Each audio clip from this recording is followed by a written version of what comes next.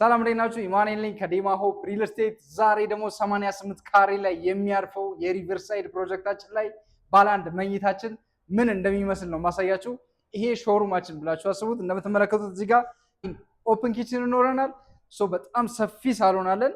እዚህ ጋር ባልከኒ ይኖራል እንደምትመለከቱት። እዛኛው ቤት ላይ ደግሞ ስቶር እና ላውንደሪ ስፔስ ተጨማሪ አድርገንለታል ማለት ነው። ያ ማለት በጣም በብዙዎች ተወዳጅነትን እያገኘ ነው የሚገኘው። ምክንያቱም ባለ አንድ መኝታ ላይ አልተለመደም። እዚህ ጋር ባዝሩም ይኖረዋል።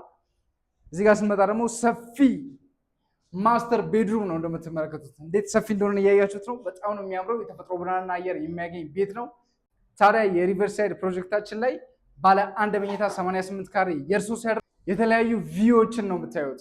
የሪቨርሳይድ ትልልቅ ፕሮጀክቶች እዛ ሳይት ላይ ተገኝተዋል። ምክንያቱም ቀበና ላይ የተለያዩ በመንግስት ደረጃ የተያዙ የወንዝ ዳርቻ እና የጫካ ፕሮጀክቶች እንዳሉ ብዙዎቻችሁ ታውቃላችሁ ብዬ አስባለሁኝ። ካላወቃችሁ ደግሞ ዛሬውኑ መታችሁ ሳይቱ ማየት ትችላላችሁ። እናመሰግናለን። መልካም ምሽት።